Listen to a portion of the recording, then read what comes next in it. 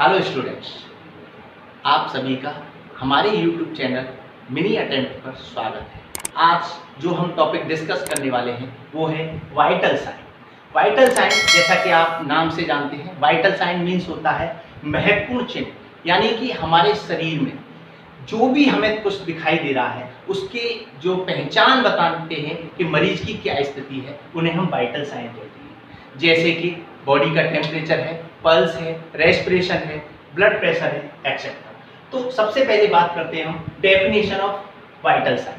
Vital sign are a basic component of assessment of physiological and psychological health of a client. जैसे body temperature, pulse, respiration and blood pressure are the sign of life. ये sign है life के। तो सबसे पहले बात करते हैं हम फर्स्ट जो वाइटल साइन है, body temperature.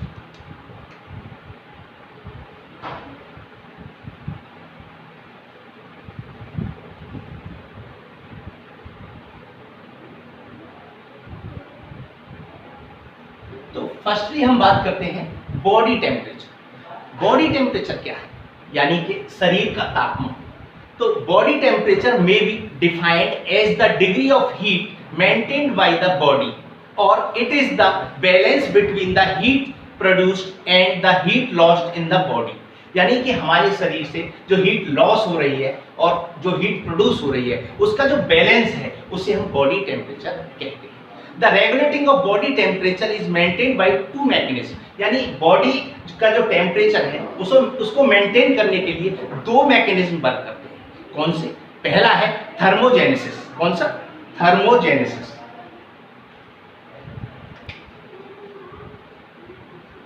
First is thermogenesis.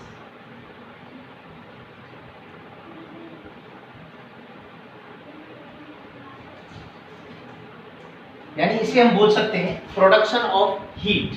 And second is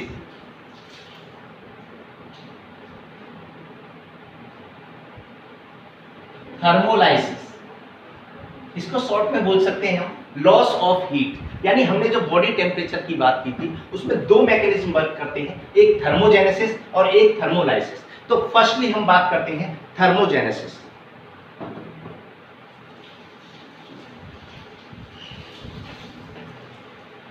तो अभी हमने जैसा का बताया, थर्मोजेनेसिस क्या है? Production of heat.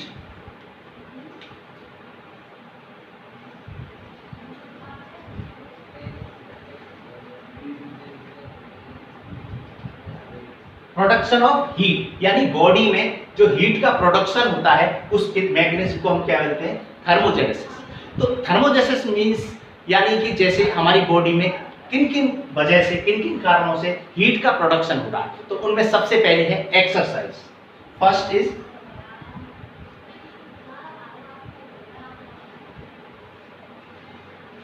Exercise. During the exercise, जब हम एक्सरसाइज करते हैं, कोई एक्टिविटी करते हैं, तो उस समय हमारी बॉडी में हीट का प्रोडक्शन होता है, क्योंकि during exercise the blood supply to the skin is increased and the individual feels hot. यानी जब कोई व्यक्ति एक्सरसाइज करता है तो उसके शरीर में ब्लड की सप्लाई इंक्रीज हो जाती है, बढ़ जाती है, जिसके कारण उसे हीट प्रोड्यूस होती है और उसको हॉट यानी शरीर गर्म लगने लगता है। जैसा कि आप जानते हैं ड्यूरिंग एक्सरसाइज ग्लाइकोजन जो होता है हमारे शरीर में, जो स्टोर होता है ग्लूकोज ग्लाइकोजन के रूप में, वो टूटता है, ब्रेक डाउन होता है और ग्लूकोज में कन्वर्ट होता है और ग्लूकोज से हमें क्या मिलती है? एनर्जी प्राप्त होती है और एनर्जी के कारण हमारे शरीर में हीट प्रोड्यूस होती है। तो ये तो हम बात कर रहे थे एक्सरसाइज। और दूसरा कारण है strong emotions and second is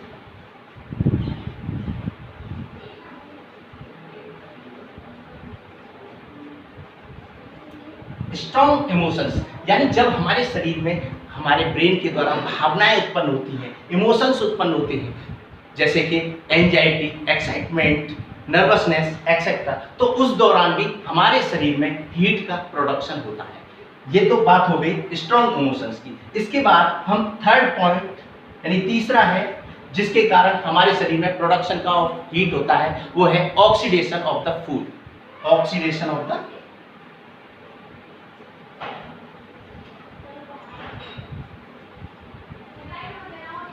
oxidation of the food. जैसा कि हम during the metabolism of protein, carbohydrate, fat, यानी जब हम आहार में मेटाबॉलिज्म, प्रोटीन वगैरह लेते हैं, जब उसका मेटाबॉलिज्म होता है तो उसके द्वारा हीट प्रोड्यूस होती है। जैसे कार्बोहाइड्रेट, कार्बोहाइड्रेट से हमें 1 ग्राम कार्बोहाइड्रेट से हमें 4 कैलोरी हीट प्राप्त होती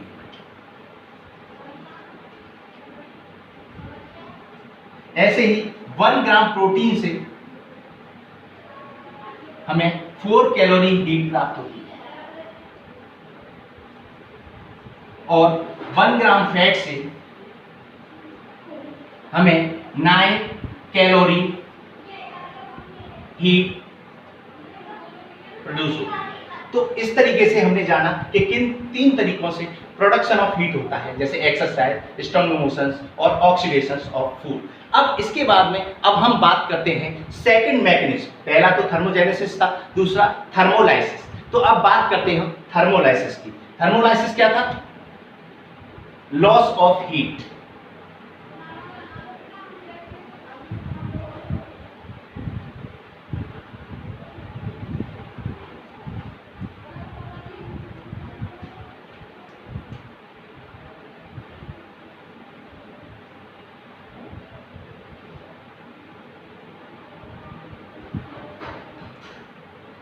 थर्मोलाइसिस को हम कह सकते हैं लॉस ऑफ हीट।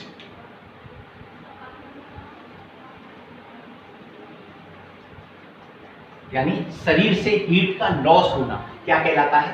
थर्मोलाइसिस। तो थर्मोलाइसिस क्या है? The heat is lost from the body through different organs, जैसे by skin. First by skin, यानी स्किन के द्वारा जब हीट का लॉस होता है, जैसे कि कंडक्शन।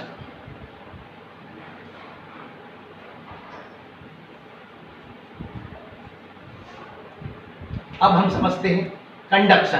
कंडक्शन क्या है?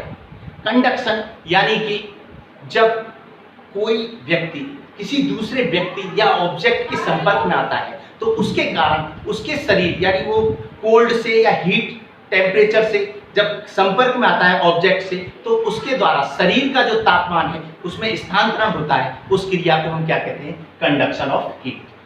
दूसरी बात, इसके द्वारा कंडक्शन ऑफ हीट के द्वारा क्या होता है? लॉस ऑफ हीट होता है। उसके बाद में दूसरा है रेडिएशन।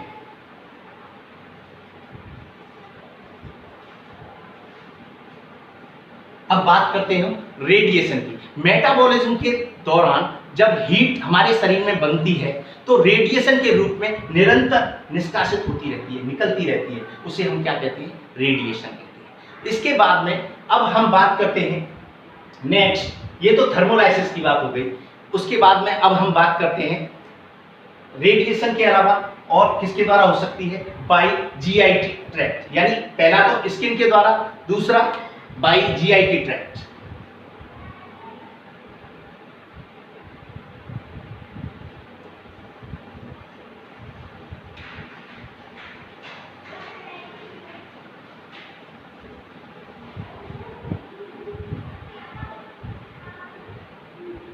बाय जीआईटी यानी गैस्ट्रोइंटेस्टाइनल ट्रैक्ट के द्वारा। यानी कि जब हमारे शरीर से स्टूल, फीसेस आउट होता है तो उसमें हीट का लॉस होता है। इसके अलावा बाय किडनी,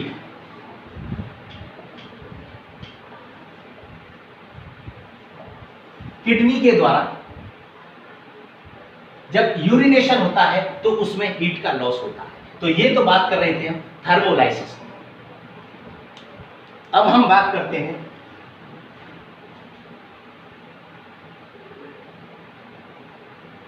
तो अभी हमने बात की मैकेनिज्म बॉडी टेम्परेचर की। अब हम बात करते हैं normal temperature level of the body.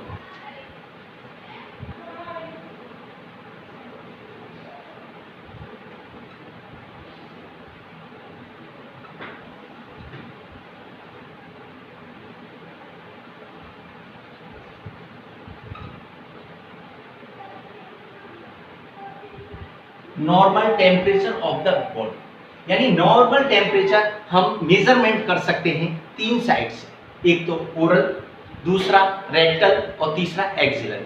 तो सबसे पहले बात करते हैं normal level of oral temperature.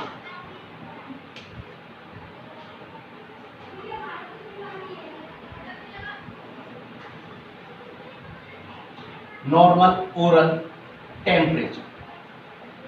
तो नॉर्मल ओरल टेम्परेचर कितना होता है? 98.6 डिग्री फ़ारेनहाइट। 98.6 डिग्री फ़ारेनहाइट, या इसको अगर हम डिग्री सेंटीग्रेड में कैलकुलेट करेंगे तो 37 डिग्री सेंटीग्रेड। ये तो नॉर्मल ओरल टेम्परेचर। अब बात करते हैं हम नॉर्मल रेक्टल टेम्परेचर।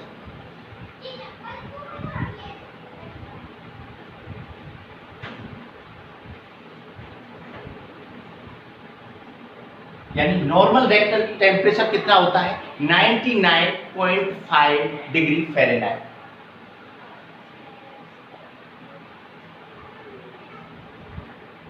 इसको अगर हम सेंटीग्रेड में कैलकुलेट करेंगे तो लगभग 37.5 डिग्री सेंटीग्रेड।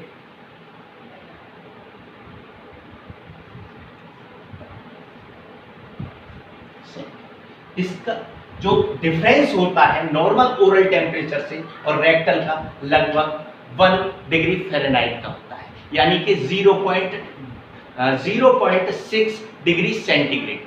अब उसके बाद में हम बात करते हैं नॉर्मल एक्सिलरी टेम्परेचर।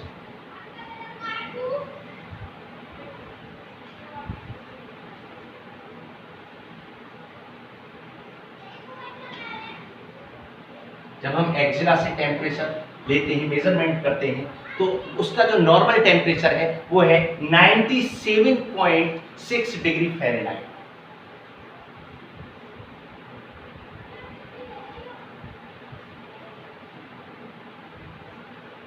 इसकी अगर हम डिग्री सेंटीग्रेड में बात करें तो ये है 36.4 डिग्री सेंटीग्रेड।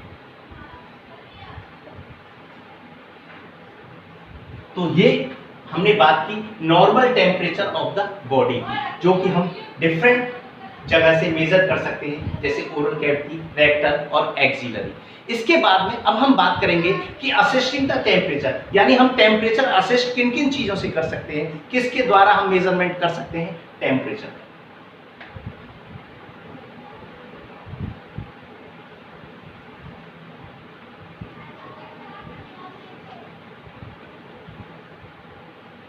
तो अब हम बात करते हैं असेसिंग टेम्परेचर।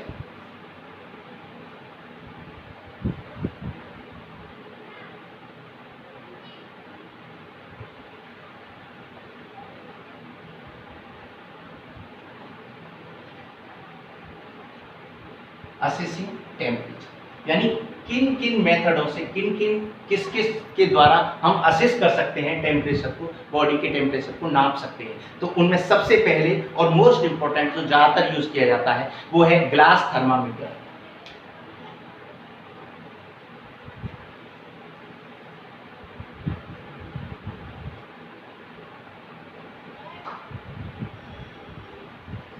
या जिसको हम क्लिनिकल थर्मोमीटर भी कहते हैं।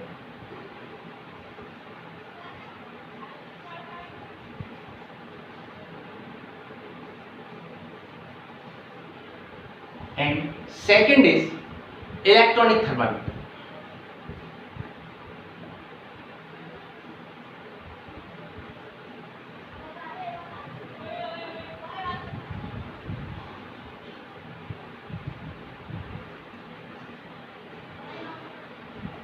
यानी एक तो हम ग्लास थर्मोमीटर से मेजर कर सकते हैं, दूसरा इलेक्ट्रॉनिक थर्मोमीटर से कर सकते हैं, और तीसरा है टाइम्पैनिक मेम्ब्रेन थर्मोमीटर।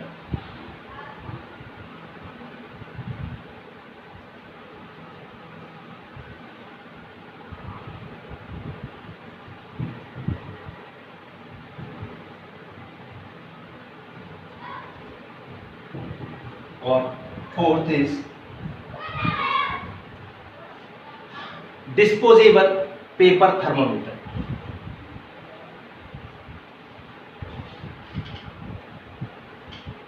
यानी चौथा कौन सा है? Disposable paper thermometer.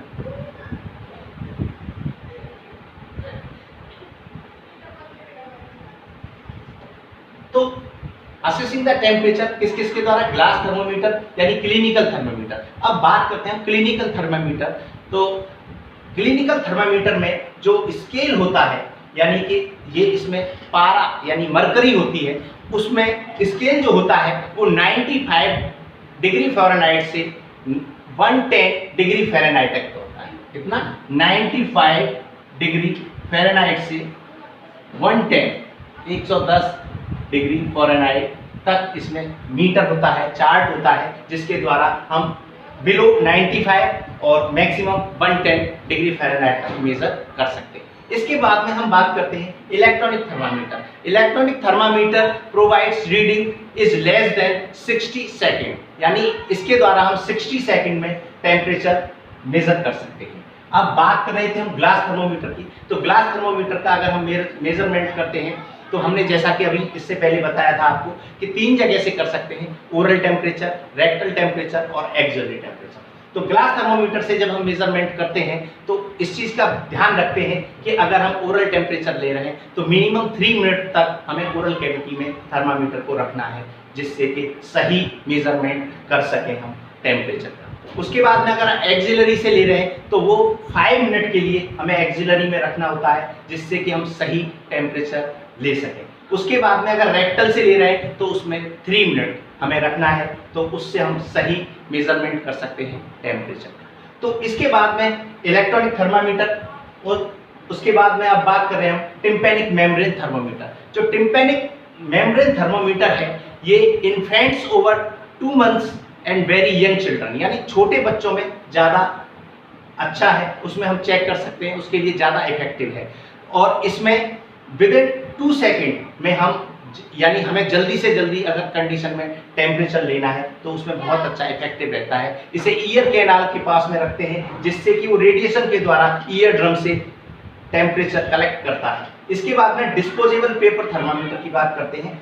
ये डिस्पोजेबल थर्मामीटर जो है ये मार्केट में 2 तरीके का उपलब्ध है, जिसमें 1 डिग्री फ़ारेनहाइट का और 1 डिग्री सेल्सियस का, दोनों तरीके के हैं। और ये डिस्पोजेबल वाले थर्मामीटर होते हैं, यानी एक बार मेजर करते हैं और यूज एंड थ्रो, यानी उसको हम प्रयोग करके डिस्पोजेबल कर देते हैं। तो ये हो गए आपके असेसिंग ऑफ टेम्परेचर मेथड। उसके बाद में अब हम बात करते हैं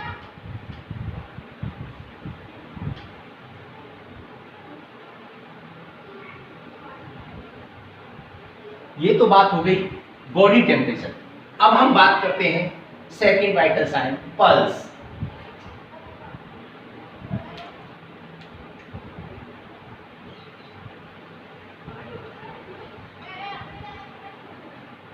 तो सबसे पहले बात करते हैं हम डेफिनेशन ऑफ पल्स, यानी पल्स क्या है। Pulse is the alternative pressure exerted by the blood on the walls of the blood vessels due the contraction and relaxation of the left ventricle, यानी हम कह सकते हैं लेफ्ट वेंट्रिकल के द्वारा हमारे ब्लड वेसल्स की दीवार पर ब्लड के द्वारा जो रुक रुक कर प्रेशर लगाया जाता है, अल्टरनेटिव प्रेशर जो लगाते हैं, उसे हम पल्स कहते हैं।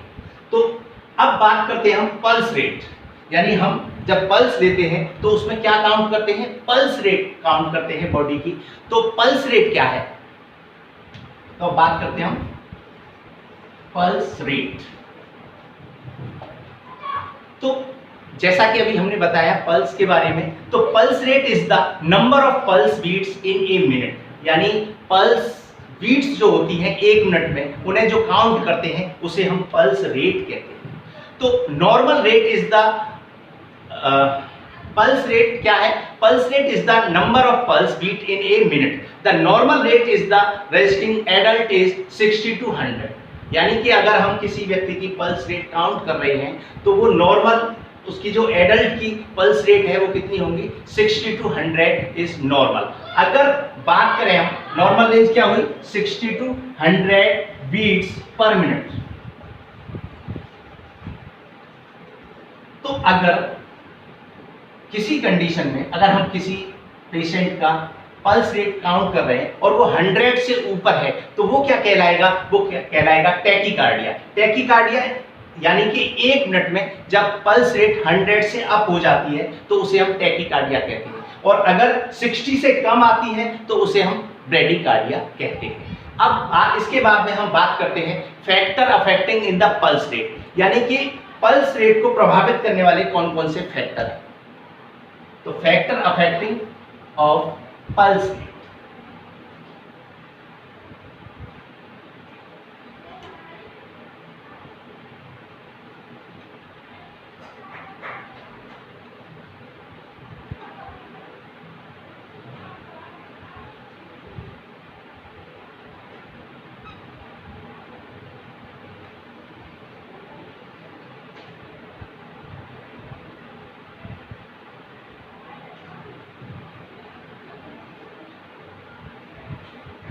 अब बात करते हैं हम factor affecting of in the pulse rate.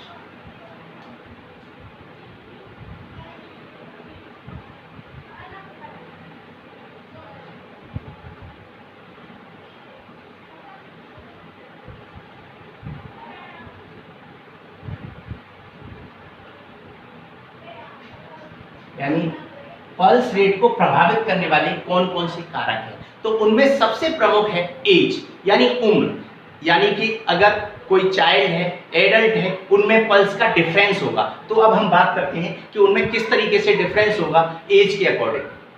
तो फैक्टर, सबसे पहला अफेक्टिंग फैक्टर क्या है, एज। तो एज के अकॉर्डिंग पल्स रेट, तो सबसे पहले एट द बर्थ, यानी जन्म के समय जो बच्चा न्यूनेटल होता है उसकी पल्स रेट,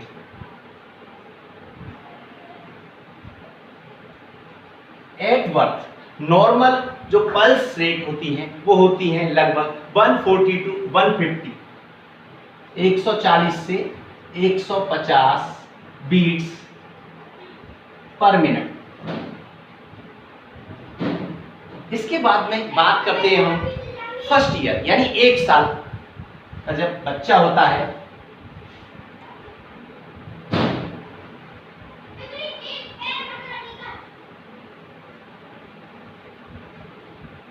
यानी 1 साल पर बच्चे की नॉर्मल पल्स रेट कितनी होती है, वो होती है 115 टू 130, यानी 115 से 130 बीट्स पर मिनट।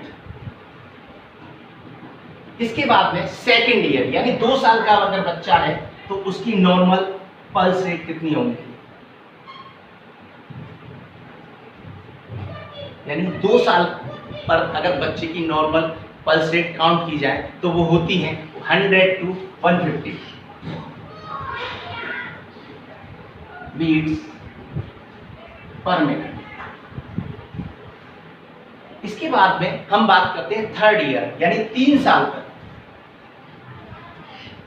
3 साल के बच्चे की जो नॉर्मल पल्स रेट है वो है 90 टू 100।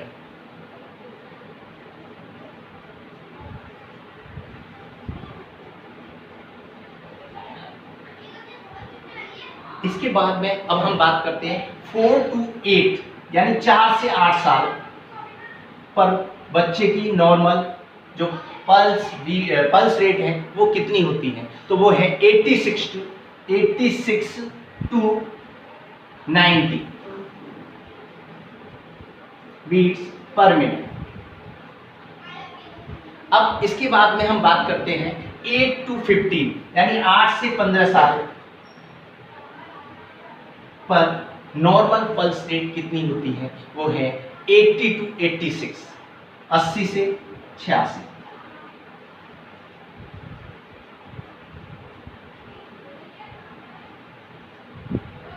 इसके बाद में एडल्ट की 70 टू 80, लगभग 70 से 80 के बीच में बीट्स अगर हम काउंट करते हैं तो वो पाई जाती हैं 70 से 80 बीट्स पर मिनट। और इसके बाद में हम ओल्ड एज, यानी 60 से अबव अगर कोई ओल्ड एज व्यक्ति है और उसकी नॉर्मल पल्स रेट अगर हम काउंट करते हैं तो वो है 60 टू 70। ओल्ड एज पर होती है 60 to 70 normal beats per minute. तो ये बात कर रहे थे हम फैक्टर अफेक्टिंग पल्स रेट। तो सबसे पहले एज फैक्टर, यानी एज के अकॉर्डिंग भी अफेक्ट करता है कि उसकी बीट्स नॉर्मल कितनी होंगी। अब इसके बाद में अब हम बात करते हैं सेक्स।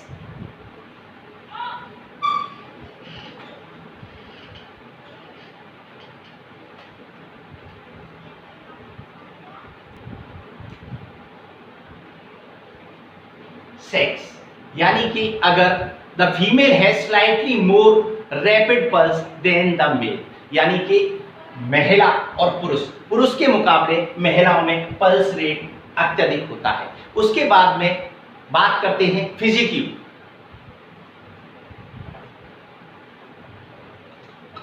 फिजिक्यू यानी स्ट्रक्चर के आधार पर, अगर शॉर्ट स्ट्रक्चर व्यक्ति है, गट्टा व्यक्ति है और लंबा व्यक्ति है, तो small body fluid has slightly more rapid pulse, यानी अगर कोई व्यक्ति का साइज हल्का छोटा है, गट्टा है, तो उसकी पल्स रेट अत्यधिक होंगी मोर देन लॉन्ग, यानी जो व्यक्ति लंबा है उसके मुकाबले गट्टे व्यक्ति की पल्स रेट अत्यधिक होंगी। इसके बाद में बात करते हैं एक्सरसाइज, यानी एक्सरसाइज भी factor affecting the pulse rate को प्रभावित करती है, यानी एक्सरसाइज या एक्टिविटी के दौरान पल्स रेट बढ़ जाती है, इंक्रीज हो जाती है। और अब नेक्स्ट बात करते हैं फूड,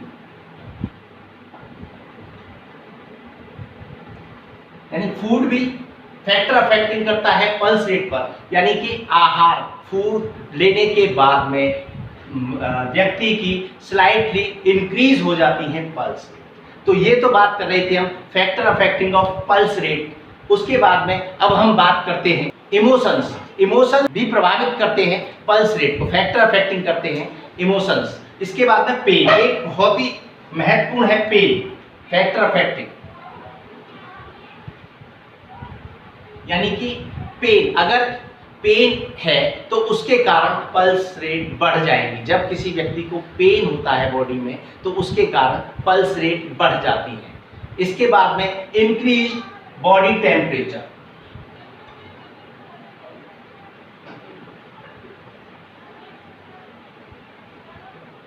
यानी अगर किसी के शरीर का तापमान बढ़ा हुआ है तो उस कंडीशन में भी पल्स रेट इंक्रीज हो जाएंगी, यानी बढ़ जाएंगी। तो ये तो बात की थी हमने factor affecting of pulse rate. इसके बाद में अब हम बात करते हैं साइड फॉर टेकिंग पल्स, यानी हम पल्स किन किन साइड से ले सकते हैं।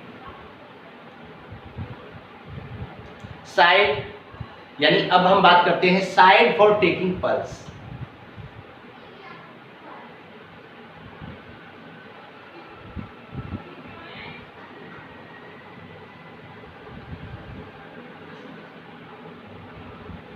यानी किन किन साइडों से हम पल्स काउंट कर सकते हैं। तो सबसे पहले टेम्पोरल आर्टरी,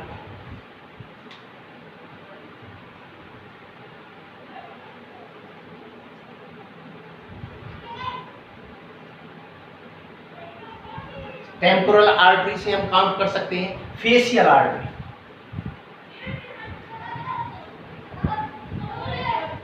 फेशियल आर्टरी से हम काउंट कर सकते हैं कैरोटिड आर्टरी,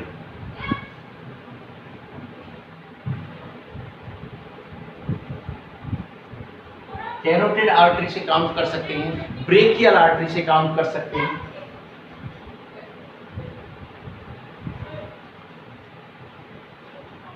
ब्रेकियल आर्टरी, और उसके बाद में रेडियल आर्टरी,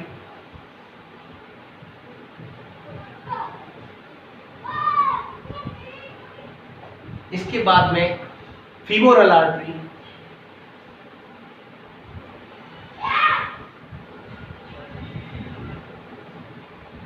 इसके बाद में पॉप्लिटियल आर्टरी, इसके बाद में पॉप्लिटियल आर्टरी, पॉप्लिटियल आर्टरी, इसके बाद में posterior tibial artery,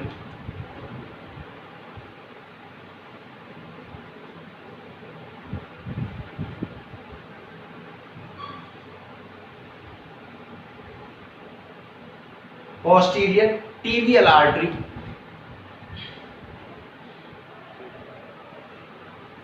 posterior tibial artery, और उसके बाद में dorsalis pedis artery.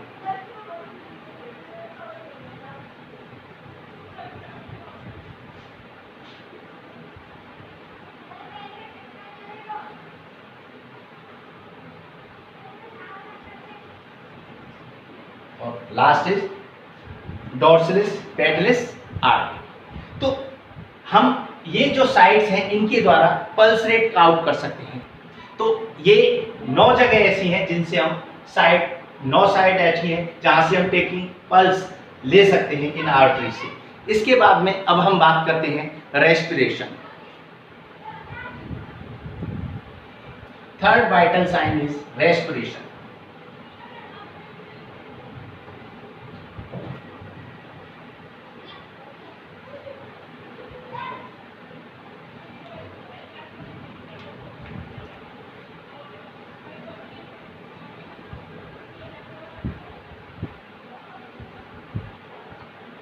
Next vital sign is respiration.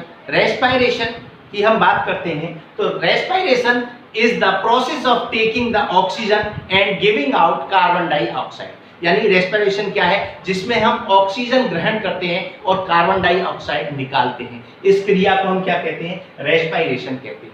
Respiration is controlled by the respiratory centre in the brain called medulla oblongata. यानी कि जो रेस्पिरेशन की जो क्रिया है वो किसके द्वारा ब्रेन में कंट्रोल की जाती है, वो है मेडुला ऑब्लिंगेटा के द्वारा।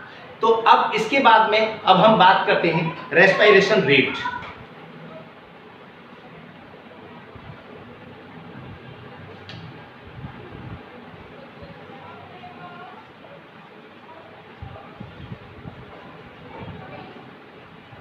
यानी रेस्पिरेशन रेट क्या है। Normal rate of respiration for an adult is 16 to 20 beats per minute. यानी जब हम 1 मिनट में रेस्पिरेशन काउंट करते हैं उसे हम क्या कहते हैं, रेस्पिरेशन रेट कहते हैं। यानी 1 मिनट में उसने कितनी श्वसन क्रियाएं की, कितनी बार उसने ऑक्सीजन ली और कार्बन डाइऑक्साइड निकाली, तो इसको हम क्या कहते हैं, रेस्पिरेशन रेट कहते हैं। तो ये नॉर्मल क्या है, 16 to 20। यानी एक एडल्ट व्यक्ति 16 से 20 बार ऑक्सीजन लेता है और कार्बन डाइऑक्साइड निकालता है।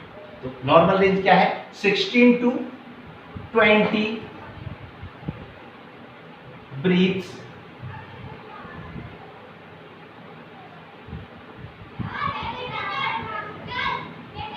To 16 to 20 breaths per minute।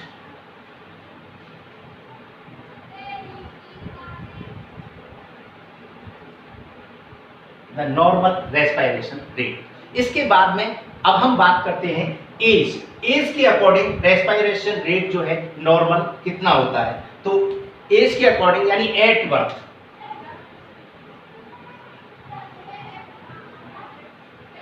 Newborn baby जो होता है, न्यूनेटल, एट बर्थ, उसकी जो रेस्पिरेशन रेट की जो नॉर्मल रेंज है वो है 30 to 40 बीट्स पर मिनट। यानी 30 से 40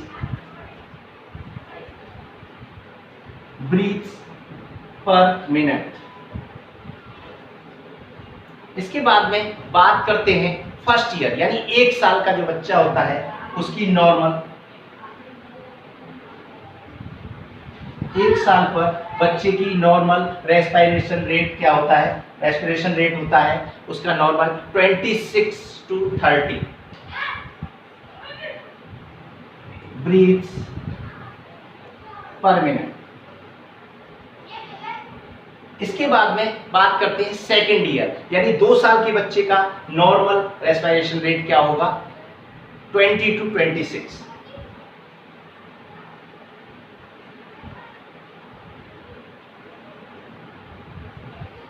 ब्रीथ्स पर मिनट। उसके बाद में बात करते हैं हम एडोलेसेंट, यानी एडोलेसेंट किशोरावस्था में जो बच्चे की normal breathes,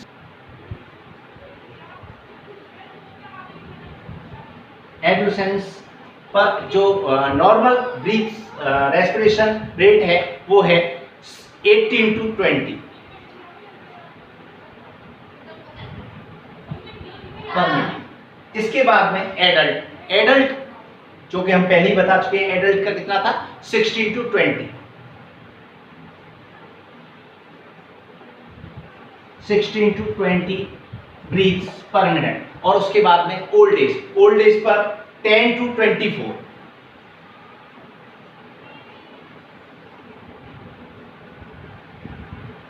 breathes per minute. तो ये तो बात कर रहे थे हम रेस्पिरेशन रेट की। अब हम बात करते हैं एबनॉर्मल रेस्पिरेशंस।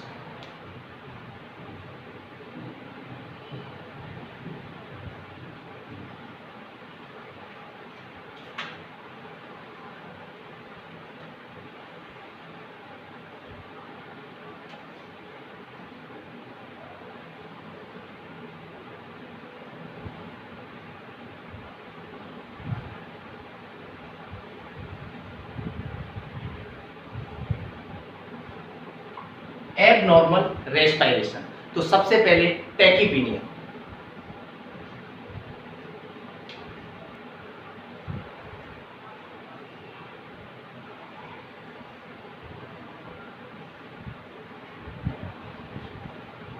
टैकीपीनिया, टैकीपीनिया का अदर नेम एक नाम से और जाना जाता है टैकीपीनिया को, जिसको बोलते हैं पॉलीपीनिया।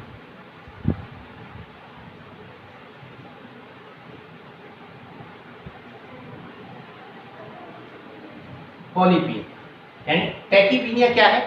It is a increased respiration rate over 24 beats per minute, यानी जबकि जो रेस्पिरेशन रेट है वो 20 से ऊपर हो जाता है पर मिनट, उसे हम क्या कहते हैं इस कंडीशन को? टैकीपीनिया। इसके बाद में सेकंड एबनॉर्मल कंडीशन है रेस्पिरेशन की, वो है ब्रेडीपीनिया।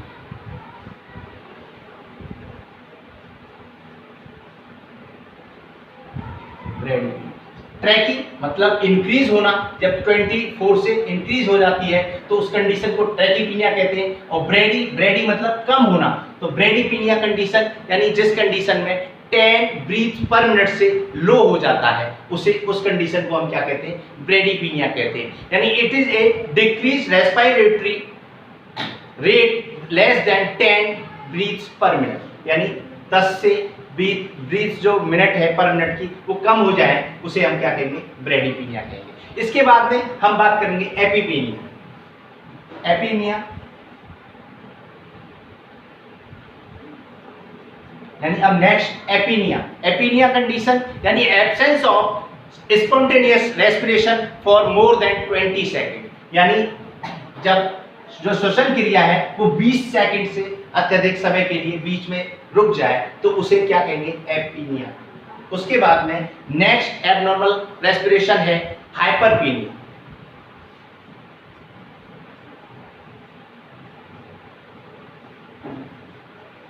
हाइपरपीनिया कंडीशन क्या है? It is an increase in the depth of respiration, यानी lack of oxygen in the body, यानी शरीर में जब ऑक्सीजन की कमी हो जाती है तो जब गहरी गहरी सांसें व्यक्ति लेता है तो उसको क्या कहते हैं? हाइपरपीनिया कहते हैं। इसके बाद में डिस्निया।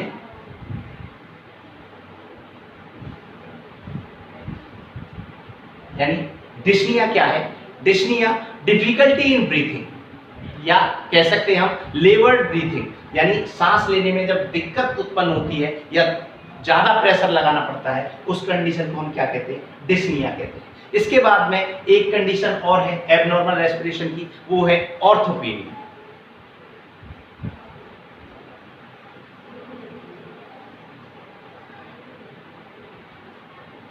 ऑर्थोपीनिया यानी कि patient can breathes only in upright position, shortness of breath occurs when lying flat, यानी जब व्यक्ति खड़ा होता है तो उस समय वो नॉर्मल ब्रीथिंग कर रहा होता है, लेकिन अगर उसे लिटा दिया जाए तो उस समय उसको प्रॉब्लम शॉर्टनेस आ जाती है, वो सही तरीके से ब्रीथिंग नहीं कर पाता। इस कंडीशन को हम क्या कहते हैं? ऑर्थोपीनिया कहते हैं। इस तरीके से हमने बात की एबनॉर्मलिटी रेस्पिरेशन की। अब इसके बाद में अब हम बात करते हैं next vital sign is blood pressure.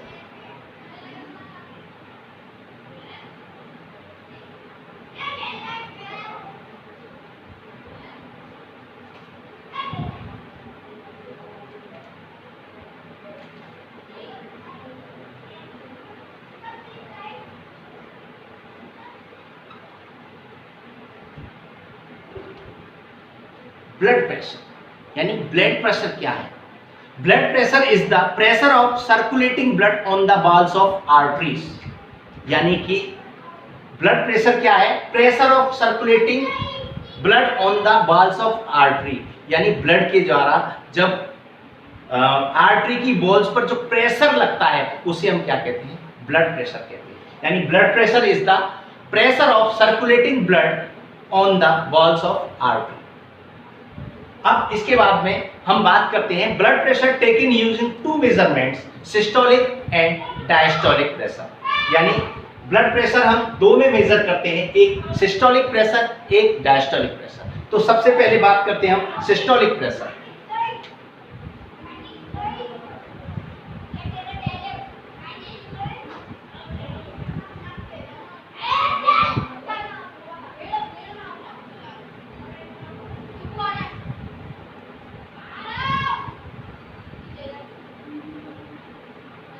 Systolic pressure and diastolic pressure. तो सिस्टोलिक प्रेशर क्या है? यानी कि जब हार्ट कॉन्ट्रैक्शन में करता है और उस समय जो प्रेशर लगता है वॉल्स पर, आर्टरी की वॉल्स पर, उसे हम क्या कहते हैं? सिस्टोलिक प्रेशर कहते हैं। और जब हार्ट रिलैक्सेशन की कंडीशन में होता है और उस समय जो प्रेशर लगता है उसे हम डायस्टोलिक प्रेशर कहते हैं। यानी systolic pressure is the top pressure of the contraction condition of heart and diastolic pressure is relaxation condition of heart. तो इस तरीके से ये दो होते हैं, systolic pressure and diastolic pressure. Measurement किया जाता है ब्लड सिस्टोलिक प्रेशर और डायस्टोलिक प्रेशर।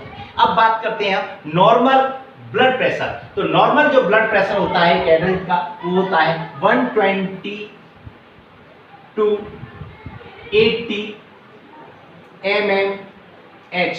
यानी 120 कितना है? सिस्टोलिक प्रेशर और 80 इज डायस्टोलिक प्रेशर। अब बात करते हैं हम नॉर्मल सिस्टोलिक प्रेशर की। यानी नॉर्मल सिस्टोलिक प्रेशर एक एडल्ट का कितना होता है? 150 to 90 mmHg is the normal systolic pressure and diastolic pressure यानी 90 to 60 mmHg is the normal diastolic pressure। तो अब बात करते हैं हम factor affecting in blood pressure, यानी कि ब्लड प्रेशर को प्रभावित करने वाले कारक कौन कौन से हैं।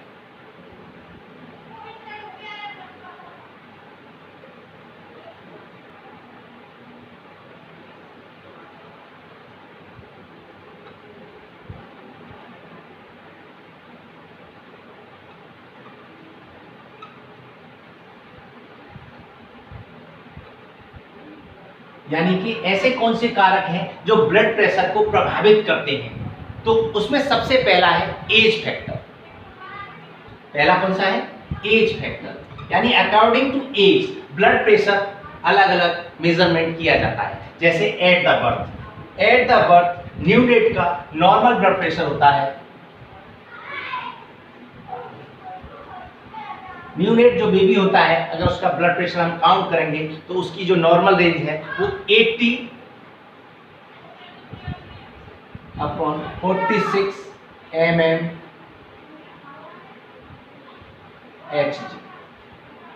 यानी 80 systolic and 46 is diastolic, neonate जो बेबी होता है उसका नॉर्मल ब्लड प्रेशर। उसके बाद में 1 मंथ, यानी 1 मंथ के जो बेबी होता है न्यूनेटर, उसका जो ब्लड प्रेशर होता है वो नॉर्मल होता है 85 सिस्टोलिक एंड 54 डायस्टोलिक mmH। इसके बाद में हम बात करेंगे 1 ईयर, यानी 1 साल इन्फेंट जो होता है अगर उसका हम नॉर्मल ब्लड प्रेशर मेजरमेंट करें तो वो नॉर्मल रेंज होती है 95 टू 1 ईयर पर 95 सिस्टोलिक एंड 65 डायस्टोलिक mmH। इसके बाद में अब हम बात करेंगे 4 ईयर, यानी 4 साल के बच्चे का नॉर्मल ब्लड प्रेशर। 4 साल पर जो बच्चे का ब्लड प्रेशर नॉर्मल होता है वो होता है 99 systolic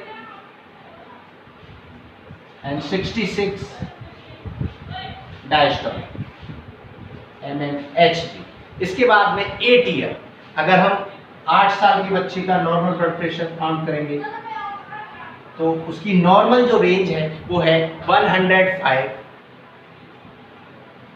systolic and 56 diastolic.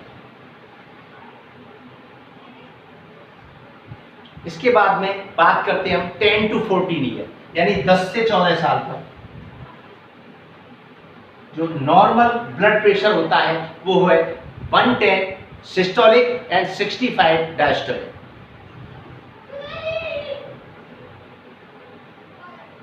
mmHg।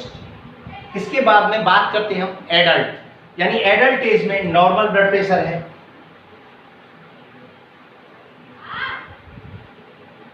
120 systolic 80 diastolic. तो ये तो बात हो गई एज फैक्टर की। इसके बाद में second factor affecting is sex.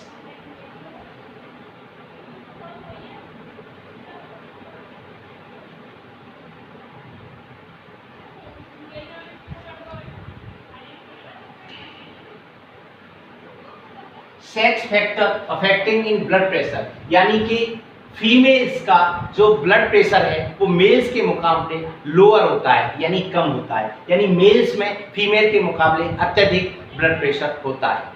इसके बाद में फैक्टर अफेक्टिंग जो प्रभाव करने वाले कारक हैं उनमें है एक्सरसाइज,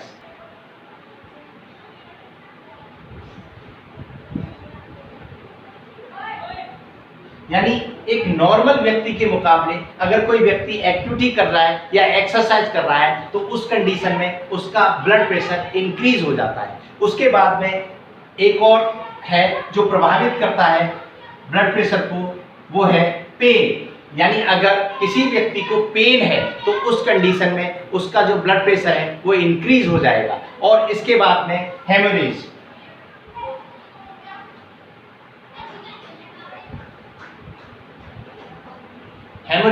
हेमरेज की कंडीशन में जो ब्लड प्रेशर है वो डिक्रीज हो जाता है, यानी पेन में इंक्रीज हो जाता है, एक्सरसाइज में इंक्रीज हो जाता है, और हेमोरेज यानी ब्लीडिंग हो रही है उस कंडीशन में उसका ब्लड प्रेशर जो है वो लो हो जाता है, लो ब्लड प्रेशर हो जाता है। तो ये तो बात की थी हमने factor affecting of blood pressure.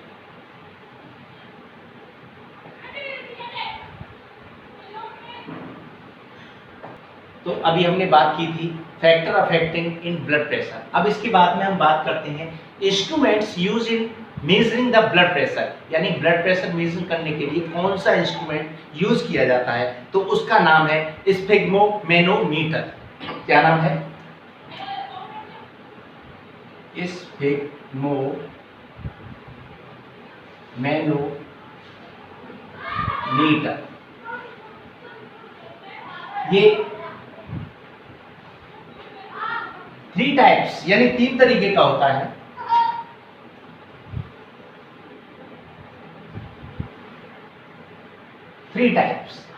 Number first mercury, दूसरा एंड्रॉइड एंड थर्ड इलेक्ट्रॉनिक। कौन कौन सा?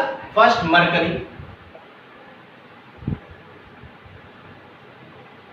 दूसरा पहला मरकरी जो कि हम पारा, जिसमें पारा होता है, और दूसरा Android, and third is electronic.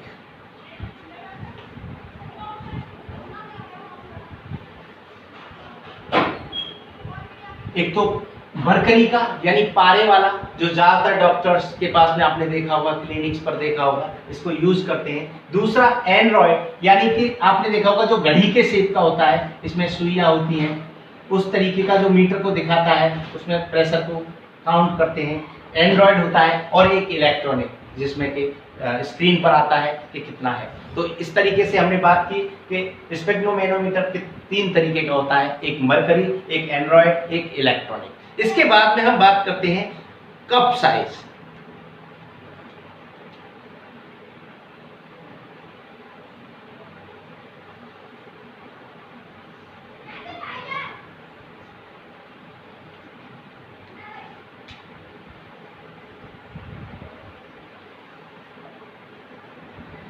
Cup size यानी कि कफ के जो साइजेस होते हैं वो अलग अलग होते हैं एज के अकॉर्डिंग, यानी न्यूबॉर्न का कफ का साइज अलग होगा। तो इसको कैसे मेजर करते हैं?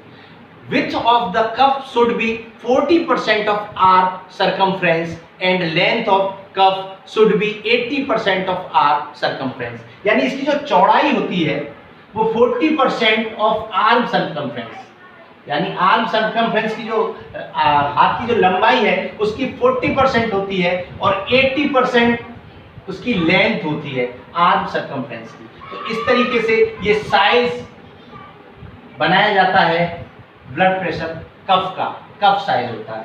तो अब बात करते हैं हम age to according to age, यानी किस एज पर कौन से साइज का कफ यूज किया जाता है। तो सबसे पहले बात करते हैं हम न्यूबॉर्न।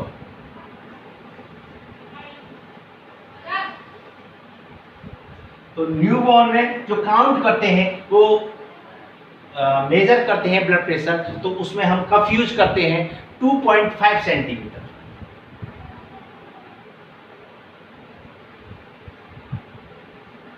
इसके बाद में जो हम बात करते हैं 1 से 2 साल 1 to 2 ईयर जो बेबी होता है उसके लिए 1 से 2 साल के बच्चे का अगर ब्लड प्रेशर हमें मेजरमेंट करना है तो उसके कफ साइज होगा 5 सेंटीमीटर। इसके बाद में हम बात करते हैं अगर बच्चा 3 से 4 साल का जो बच्चा है उसका अगर हमें ब्लड प्रेशर चेक करना है तो उसका जो कप साइज होगा वो होगा 7.5 सेंटीमीटर।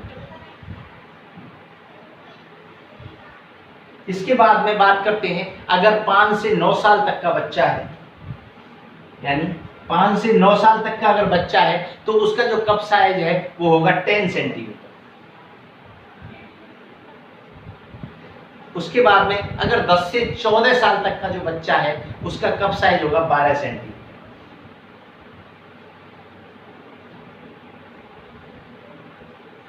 इसके बाद में अगर एडल्ट है तो एडल्ट व्यक्ति का जो कफ साइज होता है